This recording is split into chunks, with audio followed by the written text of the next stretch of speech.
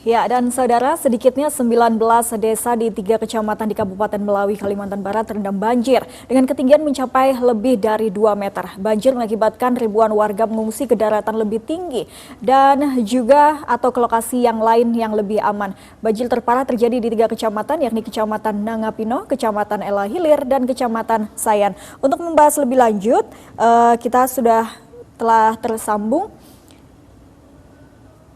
dengan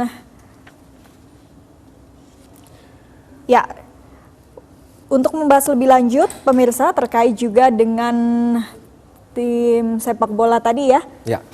Dan berikutnya kita akan ke informasi terkait dengan mundurnya Indonesia dari turnamen Thomas dan Uber Cup 2020. Telah bergabung bersama kami pagi hari ini Mas Lulu Hadianto. Selamat pagi Mas Lulu.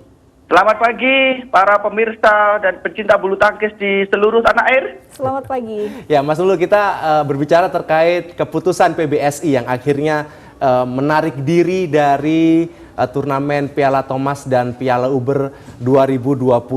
Secara garis besar bagaimana Mas Lulu melihat langkah yang diambil oleh PBSI ini?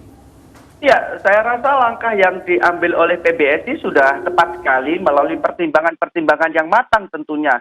Sebagai contoh, sebelum gelaran Thomas Uber Cup, pertandingan terakhir adalah All England. Ketika seorang pemain diterjunkan dalam sebuah kompetisi yang besar tanpa ada trial, ada uji coba terlebih dahulu, tentu feel dan touch-nya akan berbeda.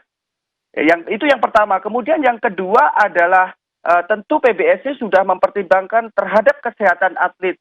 Setelah tiba di sana di Denmark tentu akan melakukan karantina. Kemudian juga jika ada salah satu atlet atau pemain yang terkena atau terjangkit virus oleh virus corona COVID-19, tentu kekuatan Indonesia akan pincang. Jadi saya rasa keputusan PBSI sudah sangat tepat sekali.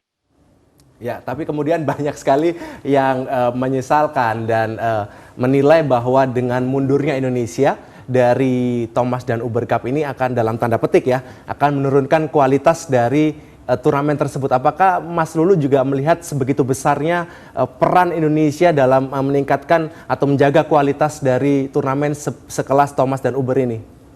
Ya, tepat sekali. Apalagi di tim Piala Thomas, Indonesia adalah unggulan pertama. Jadi juga ada tuntutan dari sponsor bahwa ketika ada 3 tim teratas tidak tampil, BWF tentu akan mengambil langkah-langkah strategis. Kita ketahui bersama tim Korea Selatan juga sudah mengundurkan diri. Kemudian Thailand juga sudah mengundurkan diri. Artinya pasti federasi bulu tangkis negara-negara tersebut sudah mempertimbangkan, sekali lagi, mempertimbangkan keselamatan pemainnya di tengah pandemi COVID-19.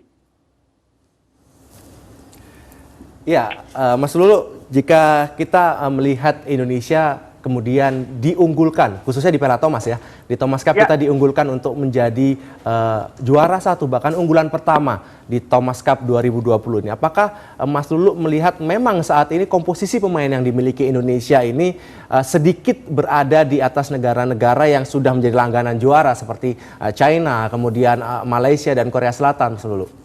Iya, tepat sekali. Dari track record penampilan atlet-atlet Indonesia di individual event, memang Indonesia diunggulkan. Sebagai catatan, untuk ganda putra ada peringkat 1 dan 2 dunia. Di situ ada Kevin Sanjaya dan Marcus Gideon, juga ada Muhammad Aksan dan Hendra Setiawan.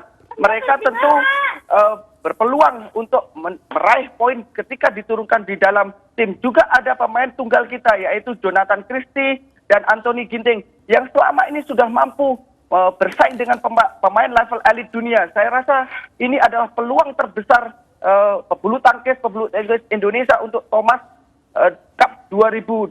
Namun sekali lagi, pandemi ini kita harus bersabar untuk menunggu kiprah pebulu tangkis Indonesia merebut Piala Thomas kembali ke pangkuan Ibu Pertiwi. Ya. Dan bagaimana untuk Uber Cup, Mas Lulu? Ya, saya rasa untuk Uber Cup Indonesia mungkin langkah maksimal adalah di babak semifinal. Namun juga di grup yang terjadi di Piala Uber, di situ ada Australia, kemudian Korea Selatan, kemudian Malaysia, bahkan sudah mengundurkan diri. Malaysia belum karena masih menunggu. dari Badminton Association of Malaysia mengambil kebijakan, artinya kalau Malaysia tampil juga sudah langsung perempat final. Ya, artinya memang dibutuhkan kesabaran untuk kita khususnya di Piala Thomas ya untuk bisa merengkuh kembali Piala Thomas 2020 akan diundur ke tahun 2021 ini Mas Lulu. Iya, saya rasa peluang Indonesia tetap besar sekali dengan catatan PBSI tetap menjaga performa atletnya, dan saat ini juga langkah-langkah PBSI sudah sangat tepat sekali dengan cara membuat home turnamen atau internal turnamen yang dilakukan di Platnas PBSI Cipayung. Mereka seolah-olah PBSI tidak ingin kehilangan sentuhan bertanding daripada atlet-atletnya. Bahkan saya mendengar informasi PBSI juga akan membuat turnamen bergu campuran. Artinya kemarin sudah ada bergu putra, kemudian bergu putri, dan kali ini bergu campuran. Itulah yang menurut saya salah satu terobosan yang dilakukan PBSI untuk mengurangi kejunuhan, kebosanan mereka selama bertanding dan masa karantina. Uber Cup mampu berprestasi setinggi-tingginya untuk kembali meraih kejayaan untuk Bumi Pertiwi. Terima kasih Mas Lulu, selamat pagi. Sama-sama, semangat selalu, ayo olahraga. Semangat selalu dan ayo olahraga. Dan tentunya saudara, informasi tadi sekaligus menutup perjumpaan kita di Klik Indonesia Pagi kali ini. Akhir kata, saya Silka Suarizana. Dan saya Yoga Pratama mewakili seluruh kerabat kerja yang bertugas mengucapkan terima kasih atas perhatian dan kebersamaan Anda. Sesaat lagi Anda dapat menyaksikan Salam Olahraga bersama Lorenzo Mukuan. Selamat pagi dan sampai jumpa.